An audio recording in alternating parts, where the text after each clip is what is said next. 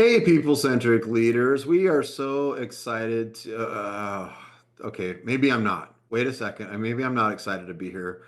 Um, Diana, listen, we're going to do this podcast episode, and I'm supposed to play this role of host right now. So can you like help me out a little bit? Like, I need some inspiration. You're kind of our director for these things. Like, what's my motivation? What's my motivation as a podcast host?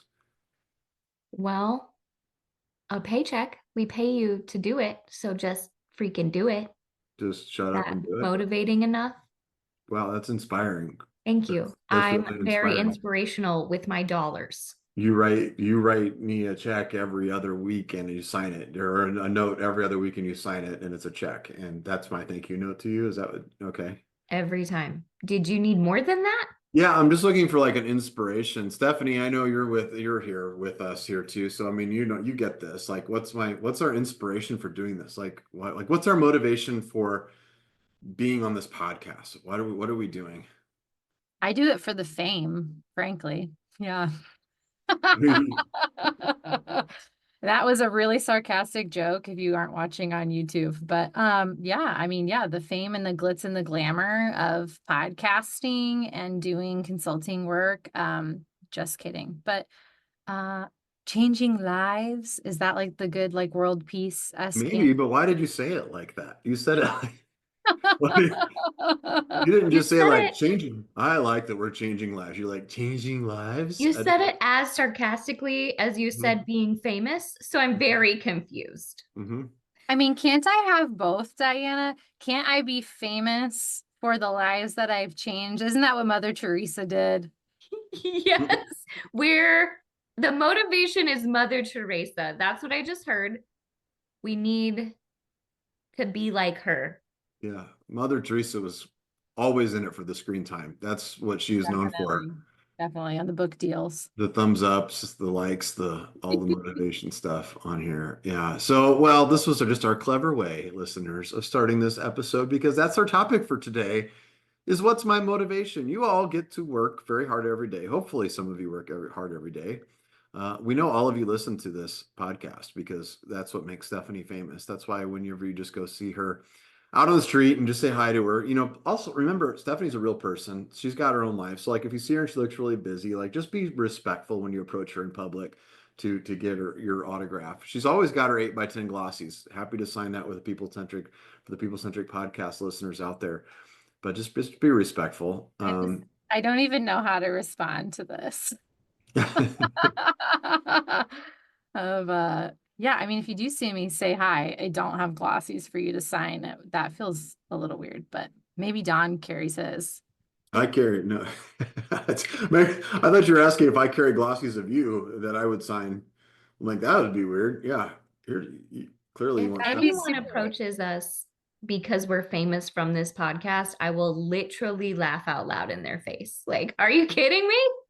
But it's yeah. But I think Diana, you're the only one on our team who's ever been like, wait, I listened to that podcast. That has happened to me. Yeah, but That's it's not true. it's it's a very niche circle that it's happened in. So like I know where it came from. That's happened to me a couple times, There you go. actually. Okay. Yeah, we were doing a kickoff with a client, and one of the people in the group said, "Hey, wait a second, are you the same people centric from the People Centric podcast? Like, are you Philip? Are you Philip from the People Centric podcast?" And you're like, That's so sweet. I love That's it. that's a role that we play.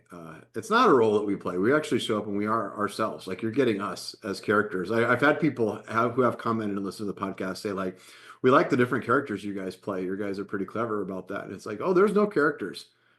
This is really us. There's all characters. Maybe is the other way to say that. My mom thinks I'm a character. And maybe as you can tell from the direction that this has gone, we speak very little about this before we jump on here and start talking. Yeah, we don't even know what we're gonna say. So here you go. It's Yeah. just This is a great topic then of like, what's my motivation? Why are we doing this What's today? my motivation? So why are we doing this today? So Stephanie brought this to our attention through a great story she was having with a friend of hers. That is sometimes we have to go back to basics on things in terms of like how we work. And sometimes I know we talk about sometimes we get into advanced topics that like talk about how we work with each other and things like that. But like, let's go back to the basics, which is part of our movement of like, why do we do what we do and enjoy our job? So Stephanie, you want to talk a little bit about the conversation you had? Yeah, so I was hanging out with a friend recently and she just was like, "Hey, can I get your advice on something?" Of she'd been offered a job and kind of knew in her gut she should say no, but was like, I can't articulate why. Like why I would say no to this. And to give some context, we like kind of broke it down of like this was a job that was like in her somewhat in her field, would use her skills and expertise. Um, it was a job that was going to pay her a lot more than she was currently making. And so she was really trying to consider like, why do I feel like my gut is saying no to this? Because a lot of the boxes are checked. And so we went through it and as we talked about it, there were some really clear flags in the process. Like the interview process was extremely chaotic. They were even trying to like reach out to her on weekends and schedule weekend interviews and things. So she was already feeling like some of her boundaries were being violated. They could never really produce a full, like, complete role description for her. They just wanted to tell her what the job was. And I mean, they were ready to hire her without her ever meeting the team and do some of those things. And so I finally just asked her, I was like, well, I think what you're struggling with here is that you kind of know that it probably sounds like this team and this company isn't ready for you, right? Like they don't have all of their ducks in a row. And it seems like the why you're questioning it is just because of the pay.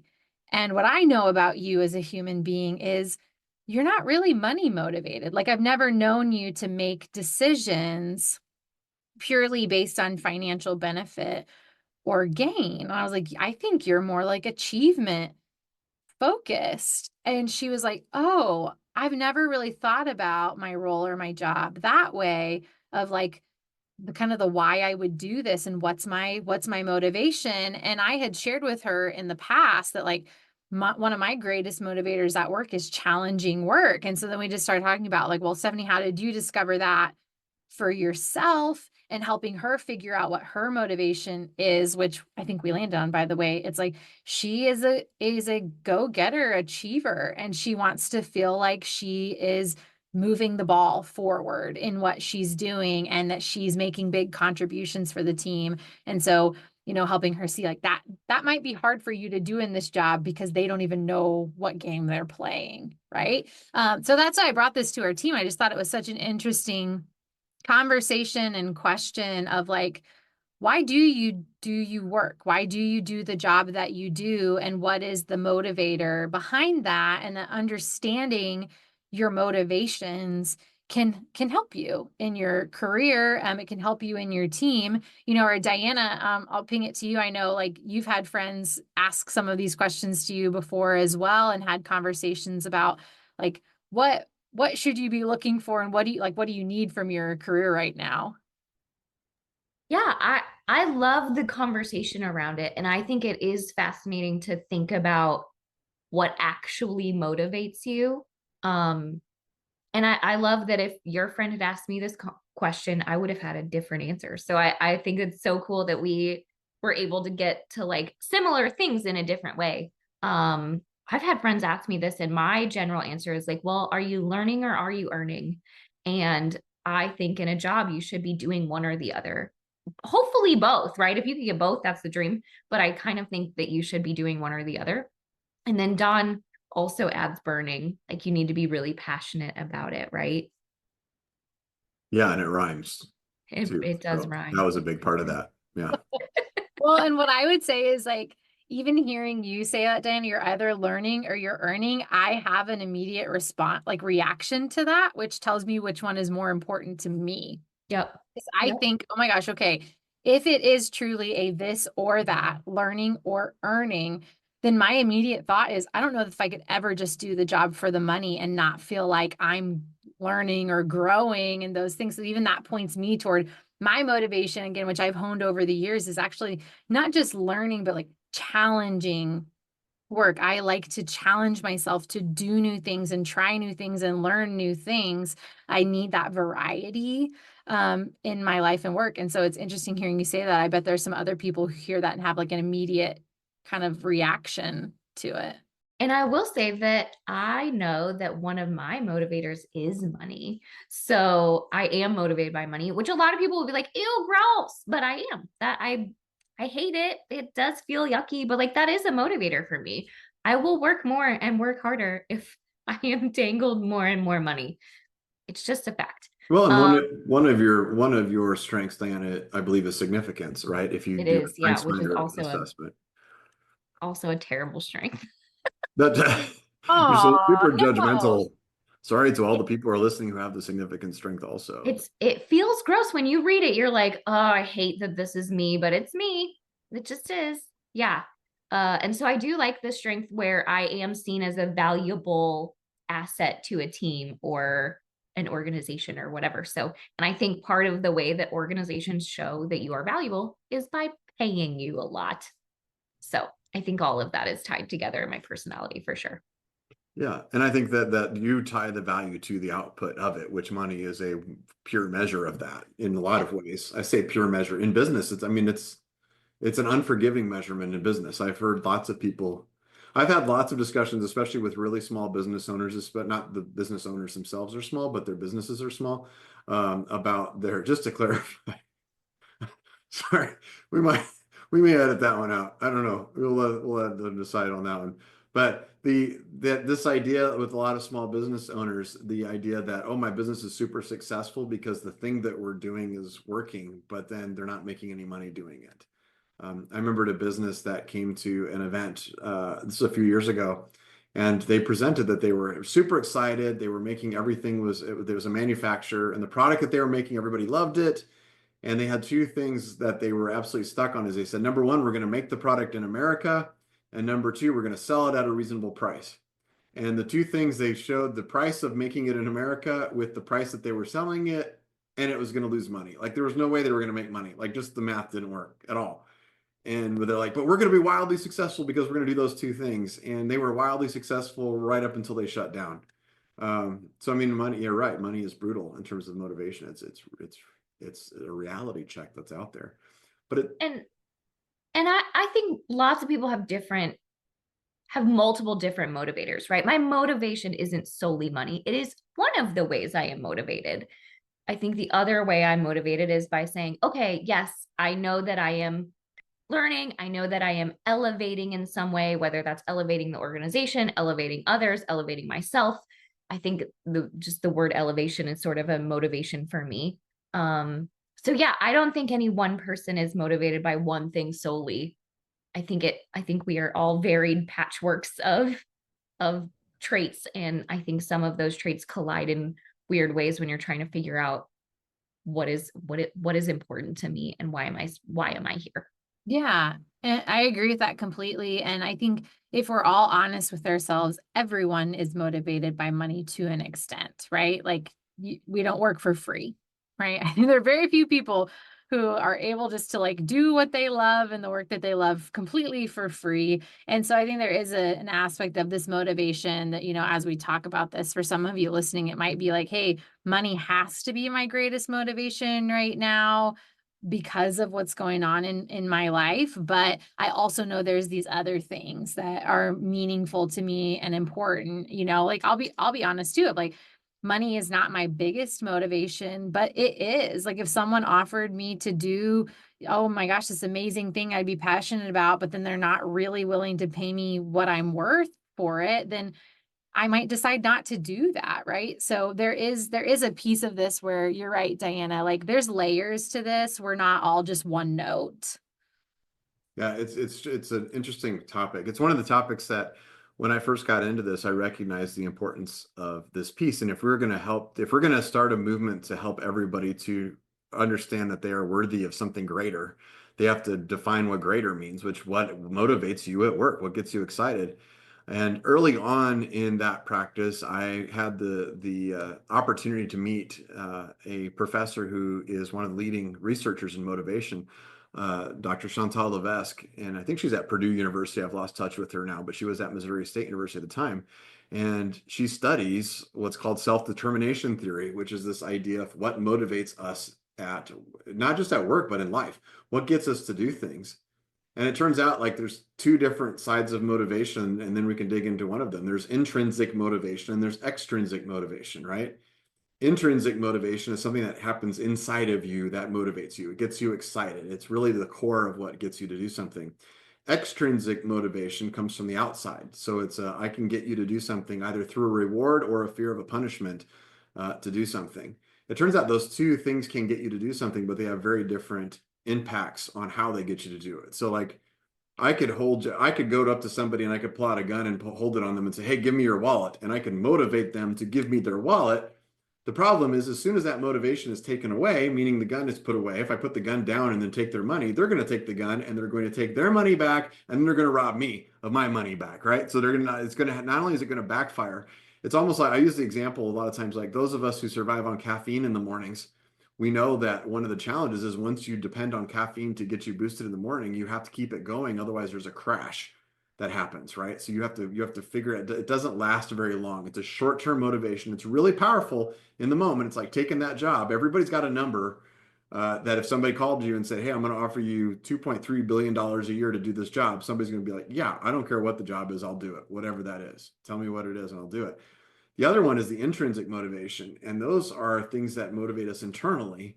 And we found that the research says that there's three things that motivate us. It's working within our strengths with some choice, so with some autonomy towards a purpose that we really believe in. And those are the three things that trigger our intrinsic motivation. Those things tend to stick.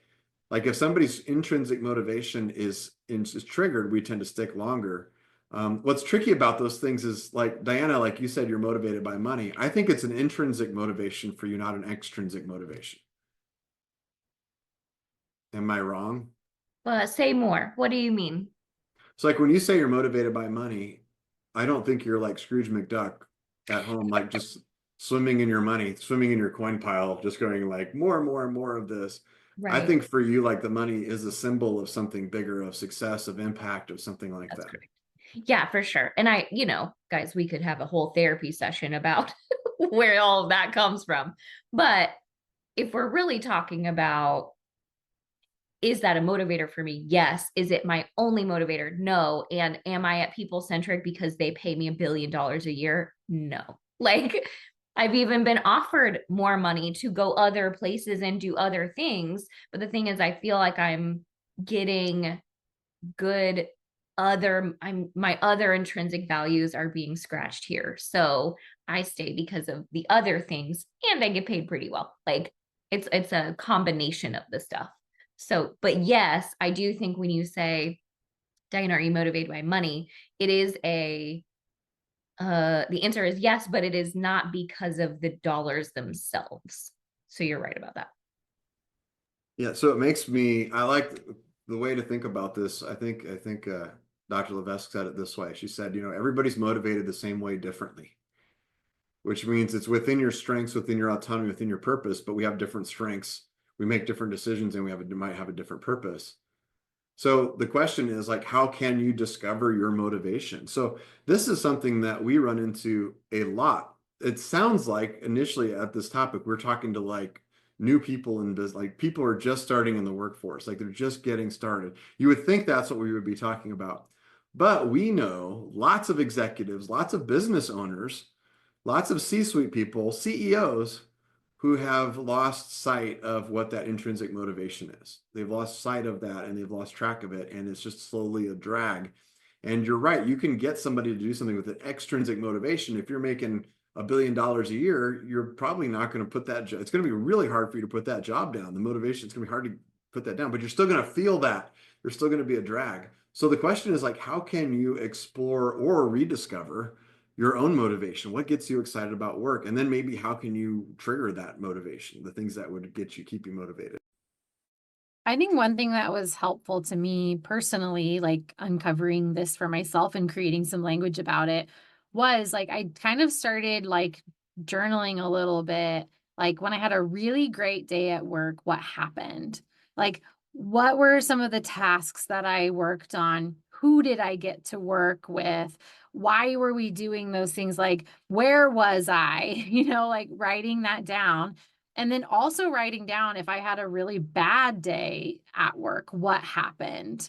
What was I doing? What task was I? Where was I? Who was I doing it with?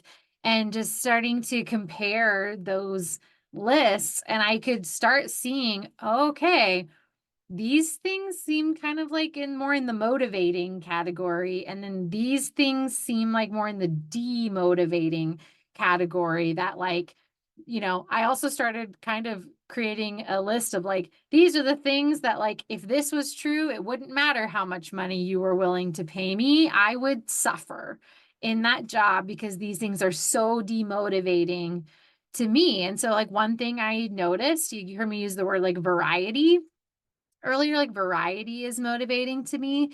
I've had jobs where it was you came in and they trained you on how to do it. And then it was just now wake up and do that every day. And there was a certain period in the beginning where that was motivated because I was achieving, right? I was well, I'm going to be the best at this. But then once I was the best at it, and then I had to just wake up and do the same thing pretty much every day, I realized that was actually demotivating to me. I no longer cared about being the best anymore. And so that was a signal to me. I'm I don't think I'm in a job really that's a great fit for me because it's actually starting to tap into demotivators instead of things that motivate me, like variety, or I get to learn something new or try something new, have that kind of challenge in my work. So, I mean, that just kind of took pen to paper or fingers to typing in my phone and was I'm just going to start kind of keeping track of this to figure it out of yeah, what are those things that man, if I got to get out of bed and do that in the morning, I feel excited about it or I don't. Sometimes you get there through process of elimination too, especially if you're feeling like you're really struggling in your job right now, start keeping track of some of those things that are demotivating to you. And maybe it helps you get to oh, this is what feels like is missing. That's really good. I think for you too, just knowing you a little bit, Stephanie, and fight me if I'm wrong on this, but I think you're also very aware, you've done a lot of different strengths assessments in times over your career, and you've become kind of a student of yourself. I think a lot of people on our team have done. You just spend a lot of time I'm going to keep assessing myself, understanding myself, seeking myself out, and then you can match the stuff that you see with the strengths that you have. So some people might be listening to this and saying, actually, I like that. That doesn't help me because I like work that's different, that's the same every day. I like consistency in my job. And I think that might be related to a different set of strengths then, right? So you're kind of learning the tasks and how it translates into your strengths and then also to your purpose as you're putting that together. I just kind of wanted to nuance that because I think people hear the specific things are well, that doesn't get me excited. I know for me, I did the same exercise for a while. I was logging, I had a great day today and I was logging it. And then I went back and started looking at what I was doing and I was struggling. I could not find the pattern. I was there's no pattern in this at all. I can't find the pattern. And then I discovered the pattern was the lack of a pattern. The pattern was that the days that I liked the best were the ones where I did a little bit of everything. I wasn't that I woke up in the morning and I went and I did this, and then I went to a meeting and then I did this, and then I spoke about it. Was a day where I had a variety of different things, some of which were outside of my this normal day that I had to go confront something different, which kind of fits with my core strengths of who I am. I have a high imagination. I'm strategic in nature, which means I like to work on the front lines of things. I'm a maximizer, a ranger. I like to think about what the possibilities are and get lost in that. I love that. I will share that I did this not too long ago, and I was looking at good days and bad days, and I was man, why am I doing the same things I've always done, but feel different about it? And I love consistency. I love doing the same stuff over and over. I love a process and a checklist, right? But I was sort of why am I doing the same things that I've always done, but I feel less motivated by it, right? And the trick to that is that I was no longer solving problems or evolving anything.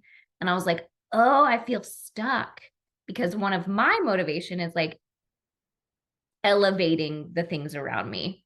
And so since I wasn't doing that, I was oh my gosh, I'm stuck, and it didn't feel as good as when, I was evolving something or making something better or improving a process. It just felt like running the process. So I learned, even after doing this for many years, that it's not about the consistency in the process, it's about improving those things. And to me, the intrinsic motivation is the ability to improve and evolve something. I love that. And yeah, when you were talking about mine, Dawn, and you, Diana, saying yours, like one of my top strengths on the Gallup Strengths Finder is futuristic.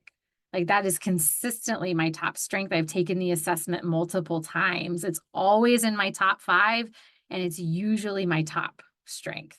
And so for me, that's where you can hear me say of like, I like new things. I like to feel like we are moving forward toward something and something new and different. And I'd say that's probably why I struggle a little bit more in those like consistencies, and where you heard me use the word mundane, because that is where I'm at with that. Of like, no, I want to feel like there is this forward momentum and push to where we're going, that like as a team or as a company, we're moving toward an ideal future, and I get to help us get there, versus just like, nope, we've been doing this way for 50 years. We're going to keep in and doing it this way. We're not really looking to change or do any of that. Like that, those are companies that I have not been attracted to working at in my career, because I see that.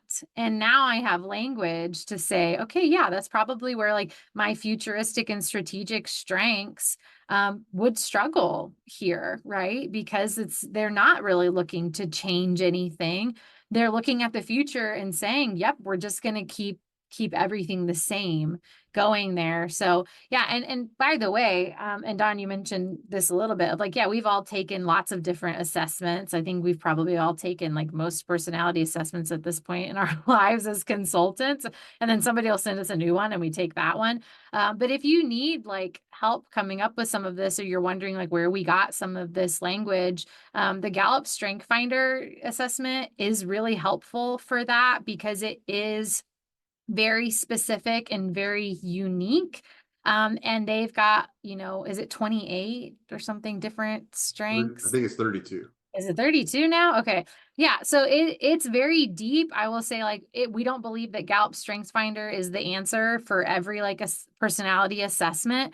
But for this purpose specifically, I think it's a really helpful one.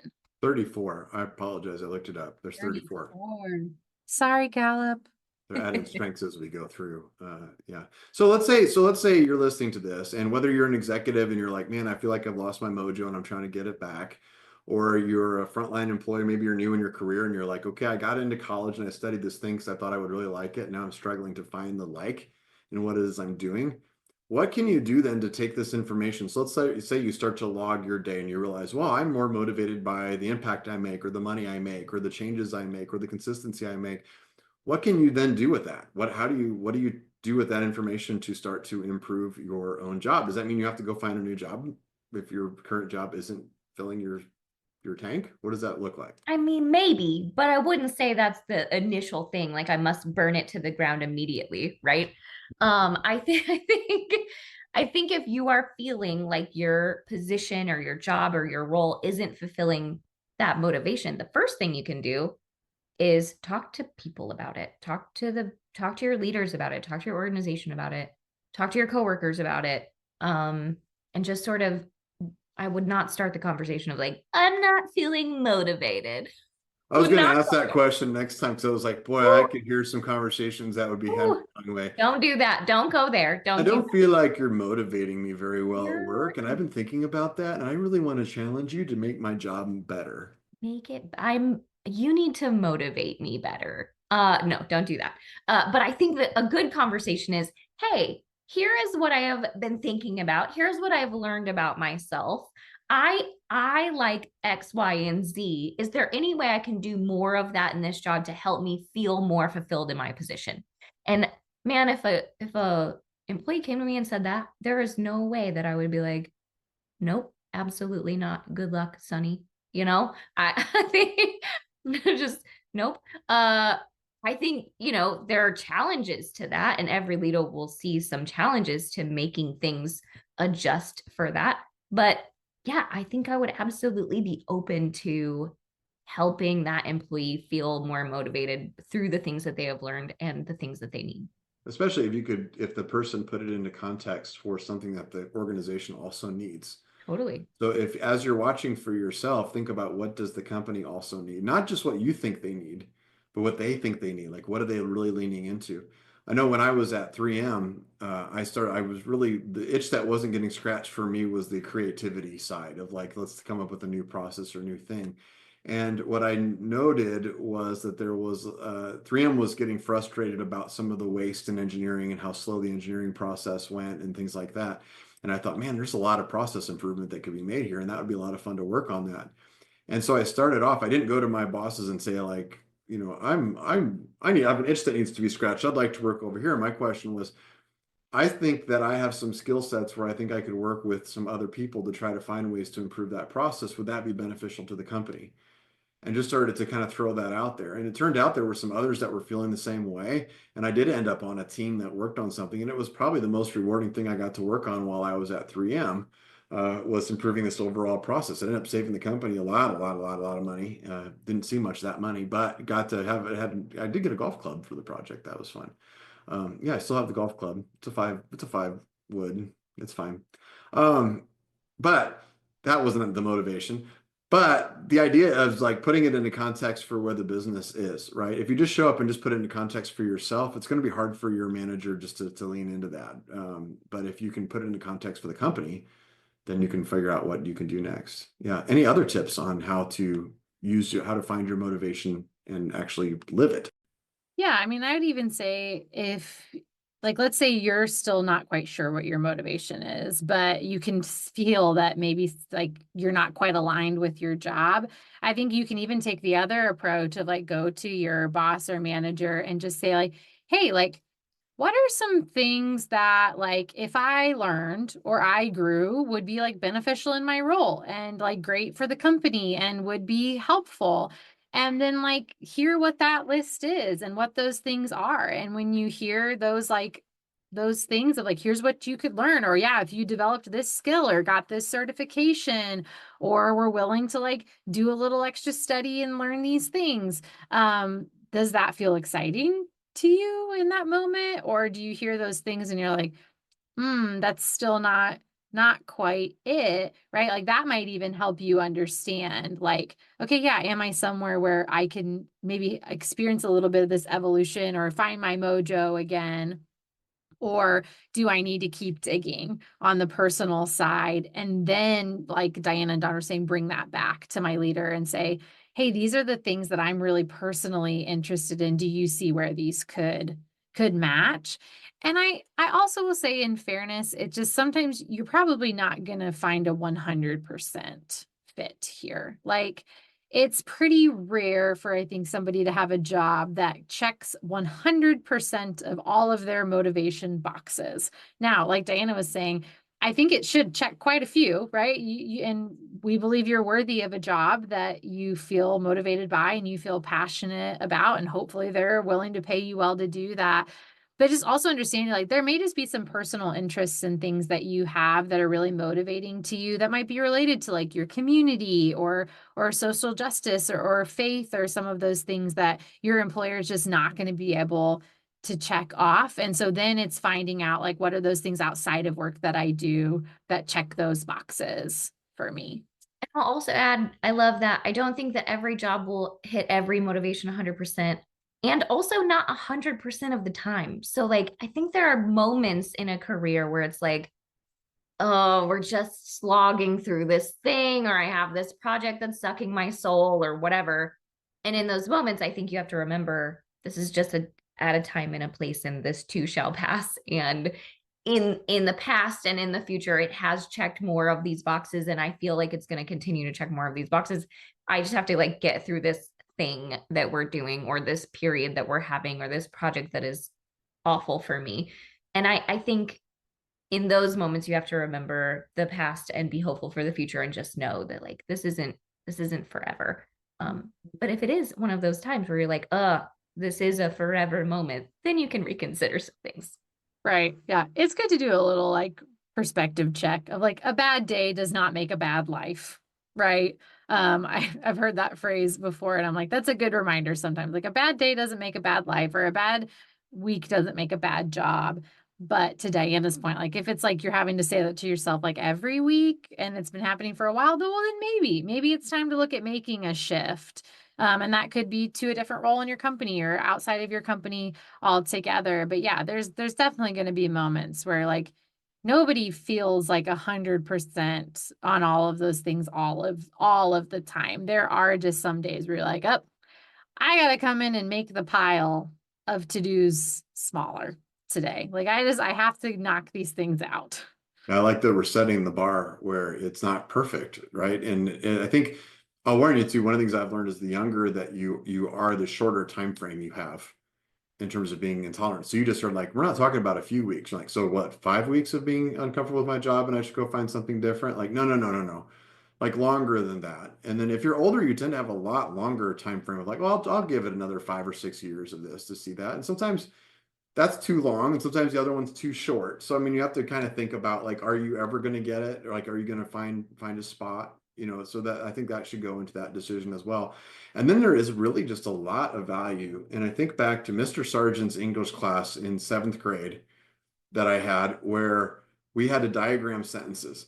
And I don't know if anybody every time I say diagramming sentences, I feel like it ages me because they didn't even hardly do that when I was in school. So I'm not even that old that they did that, but he did this old practice of doing this, and he would give so much homework, and you just have to, and it was just slogging through like diagramming all these sentences and doing all this stuff. And it was painful and it wasn't very motivational for me to do it. But sitting down for 2 or 3 hours a night to do all this homework that he would give me to slog that was ended up being very valuable for me later of learning a little bit of grit of like when do you power through something. So as humans, I think one of the things to remember when we talk about motivation is that just because you're not necessarily motivated at doing it or you're not necessarily good at doing it doesn't necessarily mean there's no value in doing it. There's still value in learning how to work hard and do a thing that's really hard for you to do. That makes you more valuable. That lets you work outside of your strengths. It's when you're doing it on a day-to-day basis and you're finding yourself having difficulty getting up in the morning to go to work because you just don't want to do it because you don't like your work and you can't wait to go home and you're living for the weekends, that kind of thing, and it's consistent. First, point the finger at yourself and say, what can I do better to activate myself at work to help my employer to accomplish what they need to do? And then if that still doesn't work, then yeah, fire your employer, go find something better. You're worthy of that. And if you're a business owner and you're not getting what you want out of your company, do something different, which doesn't necessarily mean quit the business and go do something different. Maybe you need to design your role differently. Maybe you need to design the business differently. If you can't trust the people around you, it's something you're doing wrong, which I'm giving you good news for. And by the way, we know some people who can help you on that. So shameless plug on that. So give us a call if you're struggling with that. I think this has been a really fun discussion. I found my motivation in this call, and it wasn't the money, and it wasn't the glory or the fame. For me, it was the impact that we just made on the listeners as they listened to this or watched it on YouTube. That's what motivated me. And even more so, the time I got to spend with Diana and Stephanie, who I tremendously enjoy and love to hear their insights about. That's I'm so still here nice. for the paycheck. That's what we learned. Yeah, Stephanie and I said, that's so nice. Diana was like, I'm still I here said, because you pay me yeah, to do that's so nice, but I did already say that at the beginning of the call. So yeah. Mhm, mhm. Okay. All right. Well, Diana, we'll Are you make sure still you're glad to have done this with us? I'm kidding, of course. We are No, kidding. I love our impact. I love the work that we do. And I hope that it is helpful to people out there. And that is why we keep doing this. Yeah. Yeah. I guess I'm realizing as we say this, none of us talked about like impact being one of our key motivators. And I would say that's a huge motivator for everyone on our team and our company as a whole. So much we put it in our values that like we want to actually see real impact. We want to help people. Yeah, and that's part of that purpose, right? Which we have to have. Like you can do all of the things that are aligned with your strength and use it for something evil that you don't agree with, but that's not going to motivate you at the end of the day, right? I get to do all the things that are really, really exciting in order to, and then I came up with several evil thoughts in my head, but I censored myself and pulled them all back. Yeah. I was So trying to think of like what evil villain job would I have, but that's a whole other podcast. I think the joke that I use is like, is your job like deforesting the Amazon? Like everybody can kind of laugh at that one. I'm like, that's not really anybody's job, I don't think. But it's like, yeah, is that your job? And so there's a real deep purpose misalignment here. Are you drowning puppies? Oh, dark. Dark, thanks. Sorry. Just Wow, the worst job I Diana, could think of. that would that would be a bad job. It's a That would bad be a job. very bad job. That would be a Even really if you bad made a lot job. of money, that's a terrible day at work, Even even if you made even if you made a lot of money. I like how you kind of like threw like a Okay. there's a number. I don't know what the number is, but there is a number. I mean, yeah, I don't know what Wow. the number is. It would be a bad day at work. I can't I can't believe we're gonna leave our listeners on that tone. That's what we're gonna do. So go find a better job than what Oh we've my cast for gosh. that vision for you. Enjoy your job. But I think the cool thing about this, one of the underlying messages of everything that we do, is that a lot of this is in your control. All the things that we try to bring you aren't just things like, I hope you find an employer that does this, this, and this. We do hope you find an employer that's awesome and does all the things right. And we hope you are an employer that does all the things right. But that's very few of us that are out there that do those kinds of things. So, but what we have to recognize is that we all have our own responsibility and our own power because we all are empowered in what we do and the decisions we make. So if you are not motivated at work, find out what motivates you and get motivated. It doesn't mean you have to change jobs. As Billy Crystal said in City Slickers, it might just mean you have to do it better. So there you go. Billy Crystal quote. I'm going to end it with that so that we get the image of drowning puppies out of people's heads. I think I was successful. I think I nailed it. we were for Until half. I said it again at the very end. But all right. Well, thanks everybody. Send all the hate mail to Diana. And we can't wait to see you next time on the People Centric Podcast. Thanks for motivating us.